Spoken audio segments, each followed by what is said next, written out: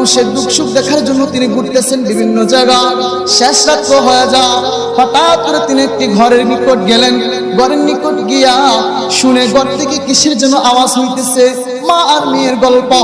এখন তিনি কি করলেন, ফারুকে আজম দাঁড়াইয়া গেলেন, দেখি কোনো সুবিধা আছে কিনা, কোন রকম কোনো কাজকর্ম আছে কিনা, তাদের কোনো প্রয়োজন আছে কিনা।